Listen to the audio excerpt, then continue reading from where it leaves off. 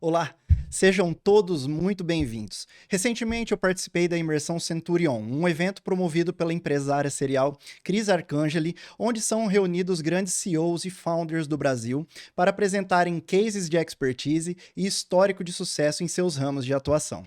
O evento, que este ano esteve em sua segunda edição, aconteceu durante os dias 29 e 30 de maio em São Paulo e recebeu aproximadamente 600 pessoas.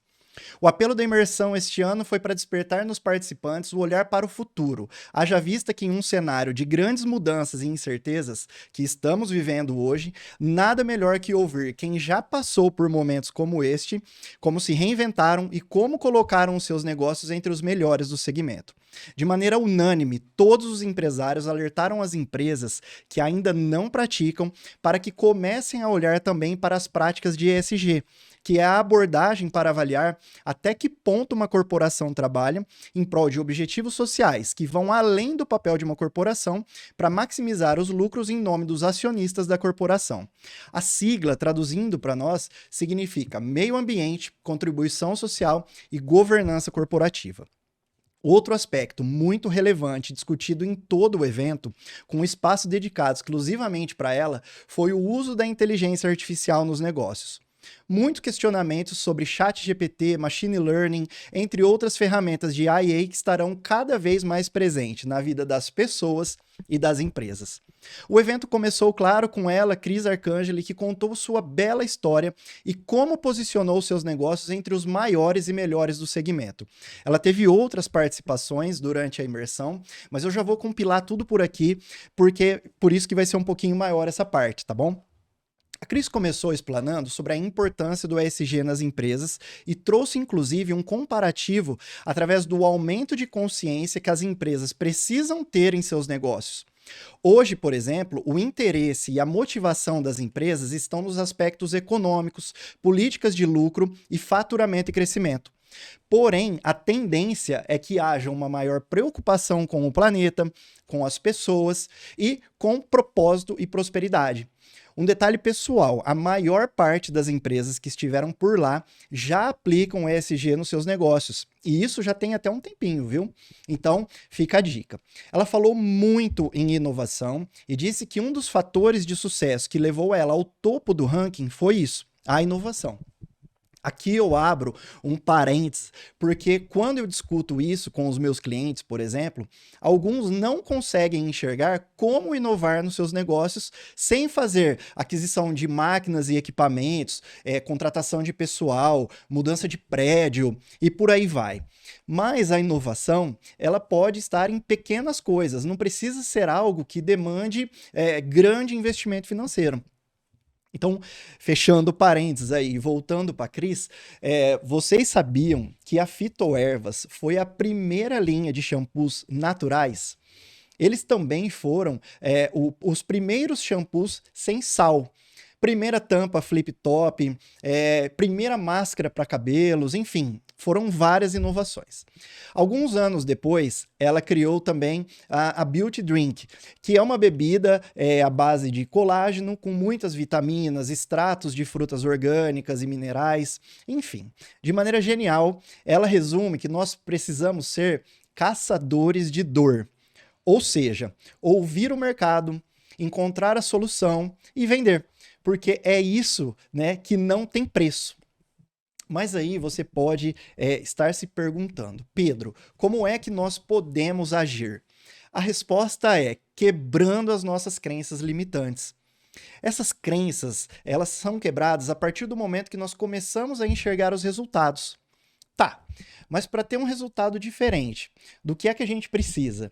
Nós precisamos agir, fazer mais, fazer diferente. Ou seja, usar a minha técnica infalível, o famoso TBC, tirar a bunda da cadeira.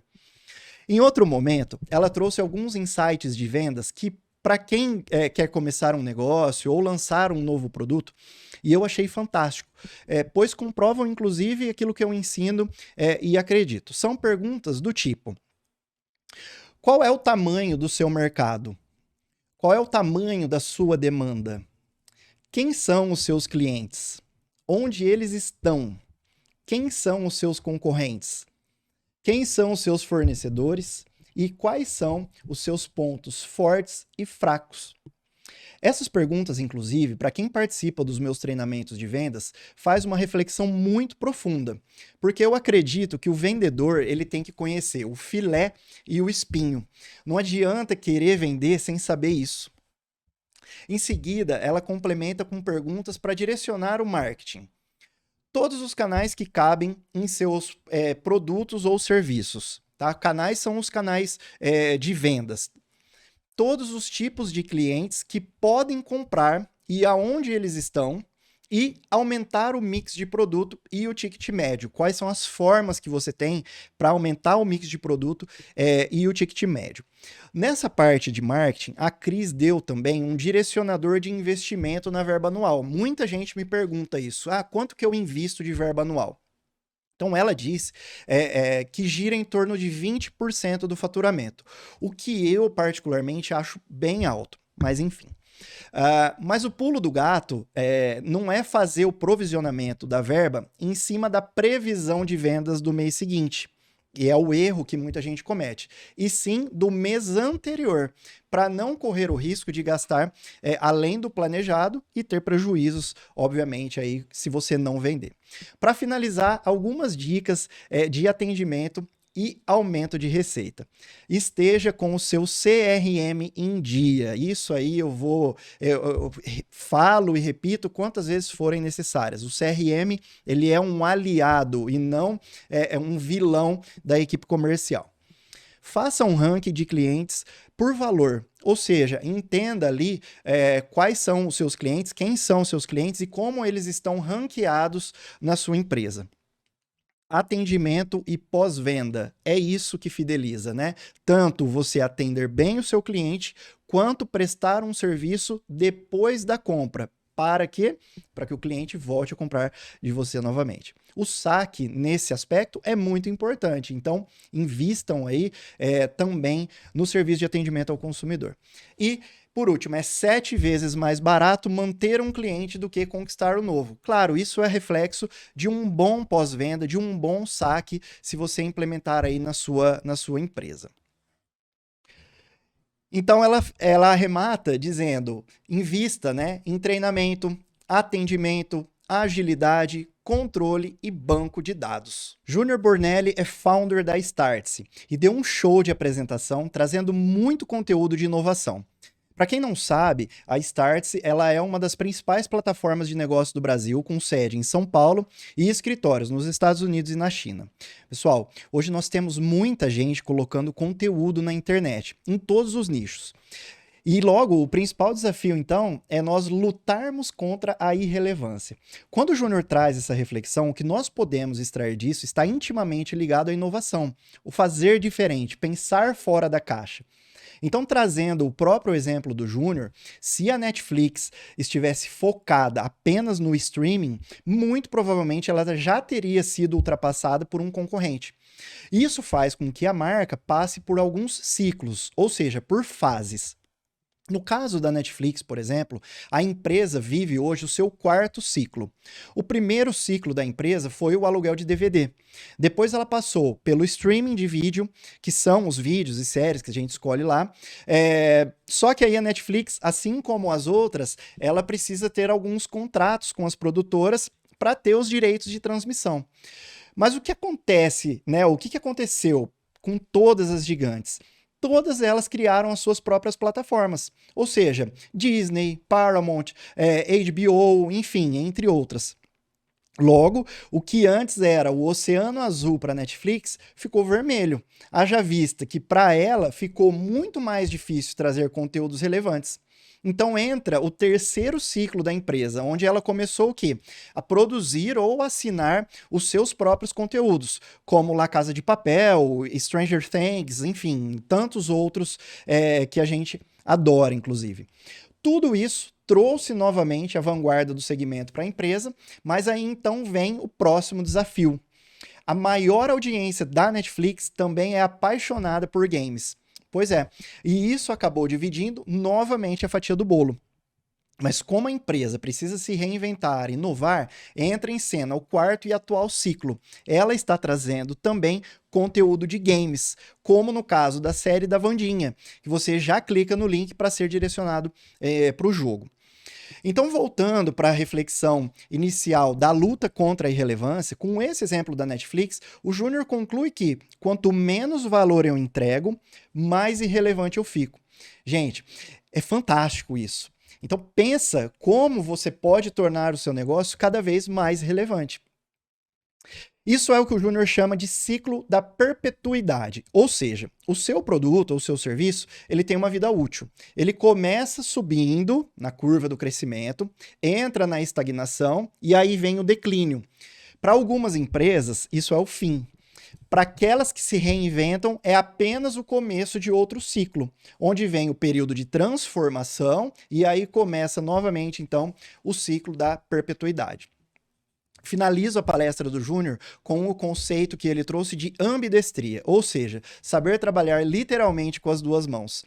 A ambidestria organizacional ela é uma estratégia de empresas para resolver um dos principais desafios atuais: encontrar o equilíbrio entre a eficiência operacional e a busca por inovação. Afinal, preocupar-se com os resultados do presente é tão importante quanto atualizar-se pensando no futuro. Bom, o próximo a subir no palco foi o Marcos Boaz. O Marcos contou a sua história de muito sucesso, mas que teve também alguns fracassos. O Marcos é neto de Américo Boaz, criador do grupo Boaz. Resumindo brevemente, eles são donos de uma empresa alimentícia, uma rede de comunicação, um shopping e um instituto. Ao todo, as empresas da família lucram aproximadamente 500 milhões por ano.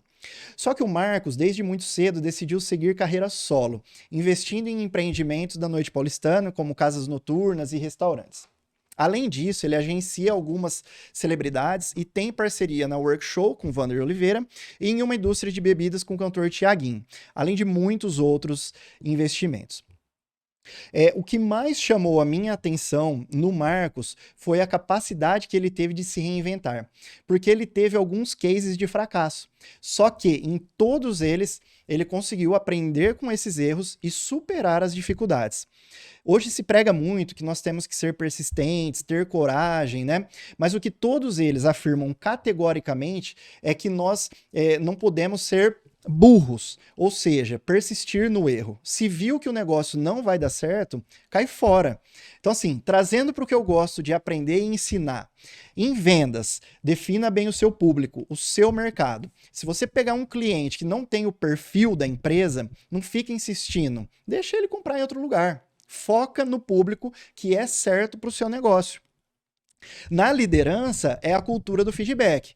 Deu feedback uma, duas, três vezes sobre o mesmo assunto e o colaborador não melhorou, meu amigo, minha amiga, deixa ele contribuir em outra empresa. Na sequência, Giovanni Cardoso, da Mondial, tem uma história e tanto.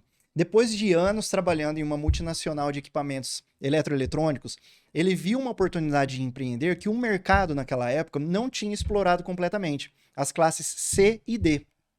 Indignado com a miopia e as estratégias da empresa em que ele trabalhava, o inquieto e arrojado Giovanni decidiu montar a sua empresa sozinho. Foi então que surgiu a Mondial. Hoje a empresa detém 40% de market share no segmento e fatura anualmente 5 bilhões de reais. Só para vocês terem uma ideia, a Mondial é a maior indústria de eletroeletrônico do mundo fora da China. Fala sério, gente. O Brasil é fantástico. Com uma irreverência incrível, o Giovanni contou que para ele, abre parênteses, para mim também, o principal fator de qualquer negócio são as vendas. E ele fez inclusive uma metáfora da empresa com um sanduíche. Então, a empresa, né? A empresa ela é o pão, o produto ali, né? Ou seja, precisa ter uma boa aparência, ser bem acabado, ser nutritivo. As vendas é o hambúrguer, ou seja, o que é indispensável em qualquer lanche. Já pensou pedir um lanche sem hambúrguer? Então, ele complementa que o restante da empresa, da organização, é a salada. Como ele mesmo disse, o alface, o tomate e a cebola. Eu achei fantástico e concordo demais com ele. Outro insight precioso e fundamental que ele trouxe é a redução de custos, que precisa ser feita diariamente. Para isso, ele mostra que é imprescindível conhecer a fundo o produto que você vende, pois no mercado em que nós vivemos hoje, esse é um item a ser considerado para manter a competitividade. Para finalizar, ele mostrou um quadro com 9 frases que ele tem na sua sala e que norteiam as suas ações. São elas: foco. Foco no essencial. A Mondial trabalha com metas desafiadoras. Metas fáceis e factíveis são objetivos de empresas em outro endereço. Não espere por circunstâncias ideais, elas nunca chegam. Toda grande caminhada começa sempre com um primeiro passo. O tempo é o único bem totalmente irrecuperável. Recupera-se uma posição, um exército e até um país, mas o tempo perdido, jamais. A melhor forma de nos prepararmos para o futuro é concentrarmos toda a nossa energia, imaginação e entusiasmo na execução perfeita do trabalho de hoje. A educação e a disciplina têm raízes amargas, mas os seus frutos são doces. Os grandes navegadores devem a sua reputação a temporais e tempestades, e não a mares calmos. Por último, pense, elabore estratégia e planeje sempre. Agora, realize muito. Eu resumo essas 9 frases que o Giovanni tem em sua sala com a minha técnica TBC, ou seja, tira a bunda da cadeira e vai. Bruno Ora, nascido no Morro da Providência, conhecida como a primeira comunidade que surgiu no Rio de Janeiro, vem de família humilde e fazia renda com bicos. Já vendeu refrigerante nas praias e até consertou pranchas de surf. Até que entrou no mercado financeiro, no HSBC, banco britânico comprado pelo Bradesco em 2016. Hoje ele é cofundador da Invest Smart, uma empresa de agentes autônomos de investimento sediada no Rio de Janeiro, com mais de 60 unidades espalhadas pelo Brasil e mais de 15 bilhões de reais sob custódia. Em 2023, a empresa está comemorando o seu 10º aniversário. O Bruno começou trazendo 2 reflexões fantásticas para nós. A primeira delas foi: empreender é se apaixonar pelo problema. Gente, olha que top essa reflexão, porque hoje o que mais tem são pessoas com tesão por empreender, mas o que faz a gente pensar quando escuta uma frase dessa é que para empreender, para colocar um produto no mercado, para consolidar uma empresa, para constituir uma empresa, é fundamental que você saiba qual é a dor do cliente, qual é o problema que ele tem e que alguém não está conseguindo resolver. Para dar certo, é só fazendo algo que está solucionando, então, uma necessidade de mercado. A segunda reflexão dele foi: conviva com mais pessoas que discordam de você do que as que concordam. E isso nos faz refletir que para a gente crescer, para a gente evoluir, nós precisamos disso, de quem nos provoca, de quem nos desafia a sermos melhores a cada dia. Imagina você conviver só com aquelas, sabe aquelas vaquinhas de presépio, né? Que fica só balançando a cabeça? Então, o que ele nos provoca é para a gente sair da zona de conforto. Bom, na sequência, o Bruno trouxe também 3 ferramentas de gestão e de liderança utilizadas na elaboração de planejamento e controle. A primeira delas foi o PDCA, que são as iniciais de planejamento, execução, checagem e ação. Na fase do planejamento, né, que é o P, ele sugere a utilização da ferramenta SMART, que também é um acrônimo em inglês das palavras específico, mensurável, atingível e temporal. Começando pela letra S, os objetivos, as metas, a tarefa, né, elas têm que ser claras, têm que ser objetivas. O M de mensurável é você conseguir medir aquilo que você vai executar. Lembrem-se, o que não pode ser medido não pode ser gerenciado. A próxima letra é o A. Traduzindo, é o atingível, tá? Então, uma meta, ela precisa ser desafiadora, como o Giovanni colocou, mas ela precisa ser factível, ela precisa ser alcançável, porque senão de nada vai adiantar colocar algo que a equipe não consegue alcançar, porque isso aí só vai trazer desmotivação para eles. A letra seguinte é o R. Então, a meta, ela precisa ser relevante, ela precisa gerar um efeito positivo sobre o negócio. E, por último, ela precisa ser temporal, ou seja, tem que ter um prazo. Se você quiser saber mais sobre Meta Smart, corre lá no meu Insta que eu tenho 5 posts específicos, um para cada letra, que eu fiz para quem deseja alcançar as suas metas agora em 2023. Apesar que nós já estamos quase no meio do ano, mas serve para os próximos também. Voltando para o ciclo PDCA, depois do planejamento que nós acabamos de ver, vem a parte da execução, que é a letra D. Então, nós fizemos o planejamento, que é o P, usando a Meta Smart. Agora nós vamos para o D, que é o Do em inglês. Aqui o Bruno trouxe a ferramenta 5W2H, que eu também posso disponibilizar para quem quiser. Me chama lá no direct que eu mando a ferramenta para vocês. Essa ferramenta ela dá clareza para quem está na gestão fazer o acompanhamento das atividades. 5W2H significa o seguinte: o what, o why, o who, o where, when, how e how much. Traduzindo, é o que vai ser feito, por que vai ser feito, quem vai fazer a atividade, onde ela será feita, quando vai ser feita, como ela vai ser executada e quanto vai ser gasto de dinheiro. Você não precisa obrigatoriamente utilizar todas as letras, mas aí ela está completa. Uma vez que você coloca todas as tarefas ou as atividades no papel utilizando o 5W2H, fica mais fácil para você fazer o acompanhamento e o controle da equipe, né? Ou de você mesmo, né? Se for um empreendedor individual. Bom, depois do P e depois do Do, de execução, vem o C do PDCA, que é o monitoramento, ou seja, como que essas tarefas elas estão sendo executadas. E aí, se tiver algum ajuste, refaz tudo de novo e vai para a letra A, que é o agir novamente, tá? Então, novamente, se vocês quiserem essas ferramentas, eu posso disponibilizar gratuitamente para vocês. Basta mandar uma mensagem lá no direct do meu Insta, @PedroMilanoTBC, beleza? Arthur Greenbaum é co-founder do Grupo Boticário e hoje ele ocupa a vice-presidência do conselho. Junto com seu sócio Miguel Krisner, eles fundaram uma das maiores empresas do segmento de perfumaria do mundo. O Arthur começou a sua trajetória trabalhando com o seu pai em uma loja que chamava Samuca Modas, lá em Curitiba. Desde pequeno, ele se apaixonou pelos negócios e, como ele era muito novo, ele trabalhava ali na porta da loja, recepcionando os clientes. Então, logo de cara, ele trouxe uma reflexão que ele fazia quando parava para observar o comércio local. Ele pensava assim: por que é que um cliente compra na loja deles, né, na Samuca, e não do concorrente, mesmo sendo oferecidos praticamente os mesmos tipos de produto?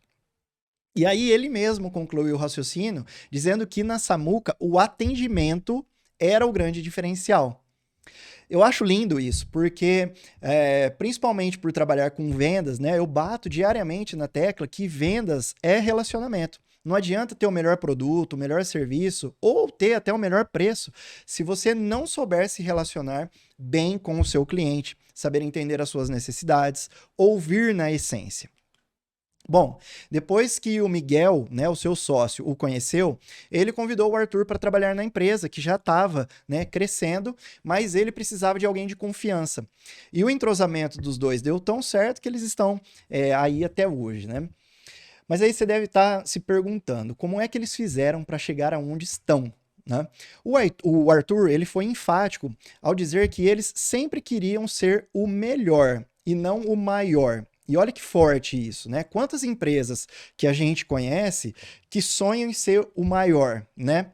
Só que o Arthur, ele vai na contramão e ele diz que isso pode ser uma consequência. Mas se você não tiver um bom produto ou um bom serviço, nem do lugar você vai sair. Como exemplo, eu fiquei em choque nessa. O Aqua Fresca, que é aquele perfume do Boticário, ele é o 5º perfume mais vendido do mundo. 5º perfume mais vendido do mundo. É surreal, né? Bom, na sequência ele deu mais um insight, trazendo a forma como eles tomam as decisões. Para eles, o cliente está no centro de todas elas. Dificilmente algo é lançado se o cliente não participa das decisões. eles são experts, né, no cliente e na sua jornada. Eles não criam um produto só para aumentar o portfólio. O foco é encontrar a melhor solução. E eles comunicam com empatia, com verdade, com respeito pelas pessoas e principalmente pelo meio ambiente também. Olha o ESG que eu falei aí no começo. Uma outra coisa que o grupo faz com muita pujança é enfrentar desafio. O Arthur contou que em 2008, quando o Brasil enfrentava mais uma crise econômica, o Grupo Boticário foi na contramão do mercado e eles assinaram o maior cheque da história da empresa. Além disso, eles duplicaram a capacidade fabril, construíram um novo centro de distribuição e começaram a repensar a configuração do negócio. E foi ali em 2008 que o Grupo Boticário enxergou a multicanalidade. Porque o cenário que eles tinham era um consumidor mais maduro e exigente, com uma forte disputa por preço e qualidade, e um consumidor também mais aberto às experiências. Então, a oportunidade que eles tinham na mão era capturar essa postura do consumidor, expandindo a penetração em novos canais. Então, a estratégia que o grupo adotou foi seguir com a consolidação do modelo de franquias, ampliar a participação internacional e expandir um modelo multimarcas e multicanalidade. Essa estratégia de multicanais traz um raciocínio bem conciso no grupo. Clientes desejam pedir o que quiserem, quando quiserem, no dispositivo que quiserem e receber como quiserem. Espetacular, né? O grupo também investe forte em inovação. Todos os anos eles inovam em aproximadamente 4.000 produtos. Só para vocês terem uma ideia, trabalham no setor de pesquisa e desenvolvimento em torno de 300 colaboradores. Para fechar, quando ele foi questionado por um dos participantes sobre o futuro da loja física, o Arthur diz que ele não espera que essas lojas acabem. Pelo contrário, elas devem continuar em operação, porém com novos objetivos. Entre eles, ser um ponto de confiança para o consumidor e também um ponto de distribuição. Uma pequena pausa para pedir uma gentileza. Se você está gostando desse conteúdo, segue aqui o meu canal e compartilha esse vídeo com seus amigos, com seus familiares, enfim, com quem você quiser, beleza? Outra fera que subiu no palco da imersão Centurion foi Rogério Salume. Esse baiano arretado conquistou toda a plateia com seu jeito animado, porém muito arrojado de conduzir os negócios. Ele é o fundador de um dos maiores e-commerce de vinhos do mundo e do maior clube de vinhos do planeta, com uma comunidade de aproximadamente 400 mil sócios.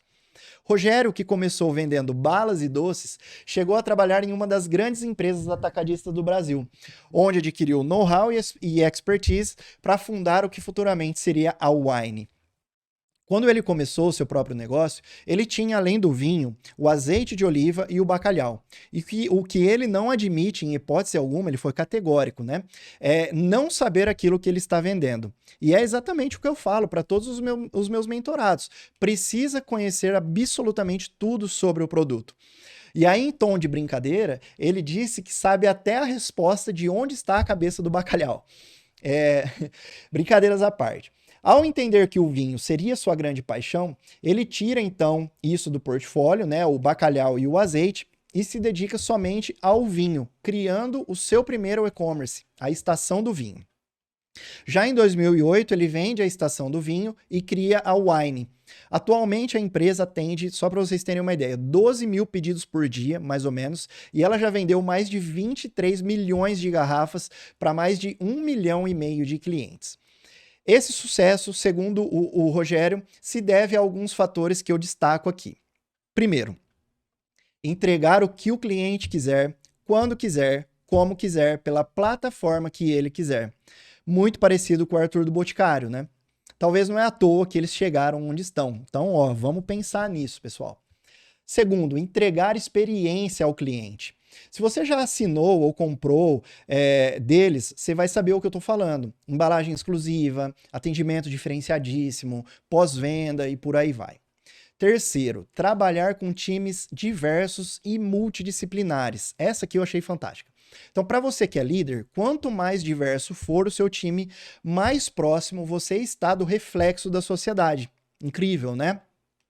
Quarto, e essa aqui vai para os empresários, tá? Mostrar os resultados abertamente. Não existe outra forma de engajar os seus colaboradores se você não fizer isso. Quando você abre o jogo, em momentos de crise, por exemplo, eles saberão o que está acontecendo e vão estar remando junto contigo. Ao passo que quando você esconde, as chances de vir alguém pedir um aumento nessas horas são grandes, porque eles não sabem o que está acontecendo. Quinto, transforme os seus clientes e os seus colaboradores em fiéis torcedores. É isso mesmo. É igual torcedor de time, né? Que é fanático. Então, faça com que os seus clientes e os seus colaboradores sejam assim também. Para fechar com chave de ouro, o Rogério contou que 90% das coisas que mudam nas empresas não precisa de dinheiro, precisa de atitude. Mais uma vez, o famoso TBC. Próximo é o Jaime de Paula. Ele é o founder único da empresa Nelway. É uma empresa de data analytics e inteligência artificial para negócios da América Latina. Eu não preciso nem dizer o que o Jaime trouxe para nós. É um assunto que nem que a gente queira, a gente consegue evitar. O Jaime conseguiu trazer de maneira muito leve um assunto complexo, né, que é a utilização da inteligência artificial nas nossas vidas. Então ele começa a sua apresentação com uma frase muito impactante. Com certeza, a inteligência artificial avança em alta velocidade. Porém, por questões éticas e de direitos autorais, vão ter que ser muito debatidas e entendidas. Mas não adianta tentar abolir a lei da gravidade. Em outras palavras, nem o Elon Musk pedindo para diminuir a velocidade dos testes vai ser possível, né, que isso aconteça. Ou seja, a gente precisa se adequar e saber trabalhar com a inteligência artificial. O que o Jaime explicou é que o desconhecido dá medo, claro, porém nós podemos reagir de 3 formas: ou esperando o problema, ou correndo para se proteger, ou nos adaptarmos a uma situação de maneira criativa, como pegar uma prancha e surfar. Para nós da área de negócios, né, o Jaime trouxe um ramo da inteligência artificial já conhecido no mercado, que é o machine learning. Isso nada mais é do que um treinamento computacional através dos algoritmos para que eles forneçam um maior número de informações detalhadas e assertivas para nós.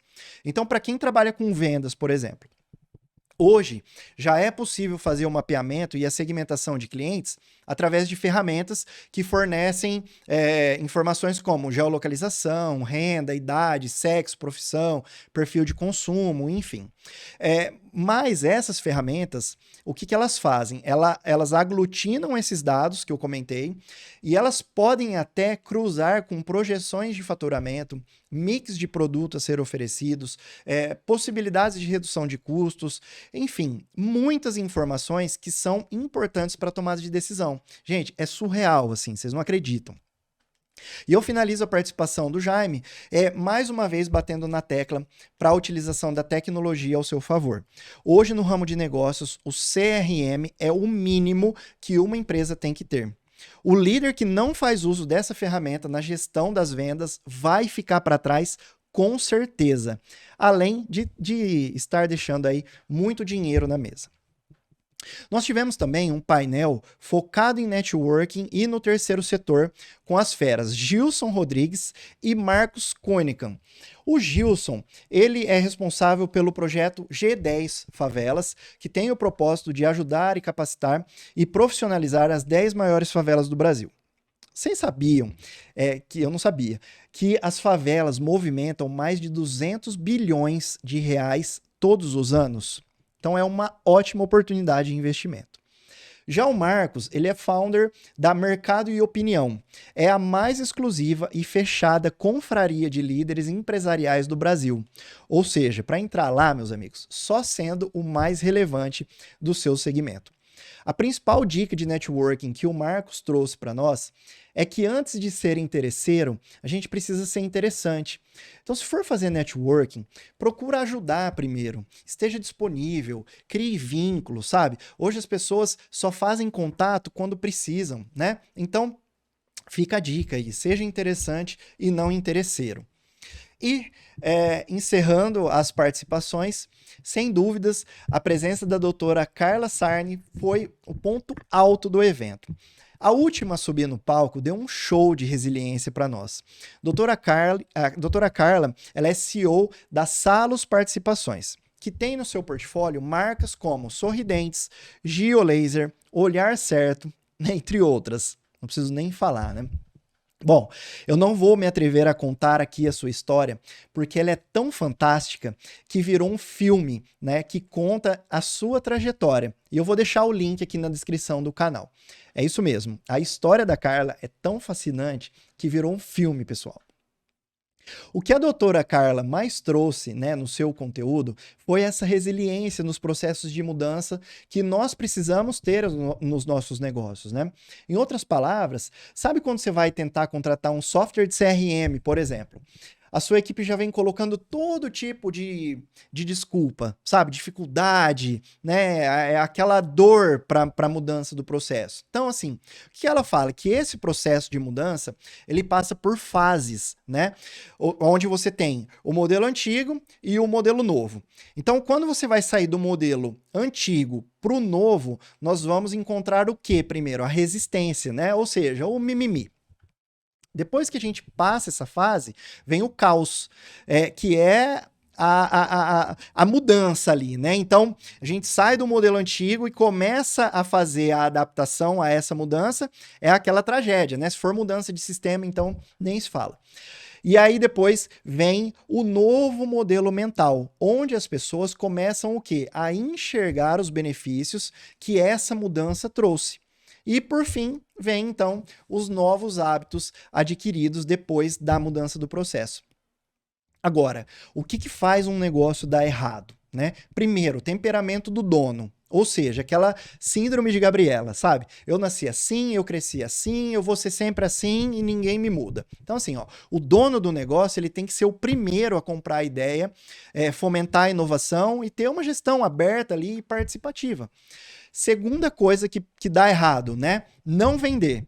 Como disse o nosso amigo Giovanni da Mondial, lanche sem hambúrguer não é lanche. Empresa sem vendas não tem empresa. E por fim, falta de atitude. De nada adianta ter uma equipe com conhecimentos e habilidades, mas não ter a atitude. A atitude é ir para cima, é fazer o novo, é ter coragem de mudar, é tirar a bunda da cadeira mais uma vez. Olha a minha técnica aí aparecendo com todos eles. Para fechar, 7 dicas da Cris para aumentar aí os lucros das empresas. Primeiro, não subestime o seu consumidor. Segundo, atenção total aos custos. Terceiro, não perca o seu tempo em atividades de baixo valor. Dedique 60% no que você pode fazer, 20% em planejamento e 20% na estratégia. Quarto, facilite ao máximo a compra do cliente, ainda mais se você estiver trabalhando já com multicanalidade, tá?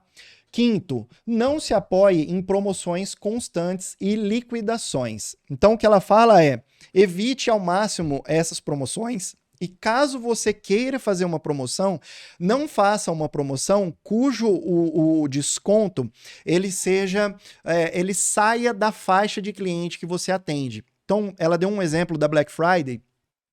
Tem muitas empresas, por exemplo, que dão lá descontos de 80%. O que pode acontecer aí? Você sai da sua faixa de clientes. Então, ela pede para tomar muito cuidado. Se for fazer alguma promoção como essa, por exemplo, vou dar 80%, 70% de desconto, você aplica em produtos que você vai sair de linha, vai tirar de linha, né, as liquidações.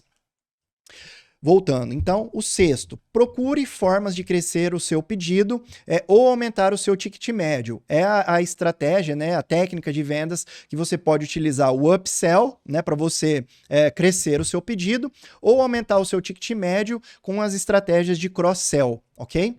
Sétimo, cuidado com o excesso ou falta de estoque. Fica de olho na validade, principalmente se você trabalha com produtos perecíveis. Gente, é isso. Eu quero dizer que essa imersão ela foi espetacular. Os conteúdos realmente muito provocadores e as maiores lições que ficaram para mim e eu vou compartilhar com vocês foram: seja resiliente, não desista, sabe? Mas seja inteligente. Se perceber que o negócio não vai ser bom para você, pula fora, tá? Inove. Então não pense que para isso você tem que gastar rios de dinheiro. A inovação, ela tá nos pequenos detalhes ali. Conversa com a sua equipe, esteja próximo e assuma as suas responsabilidades. Saiba trabalhar com a tecnologia, ela está aí e é um caminho sem volta. Então, utilize ela ao seu favor.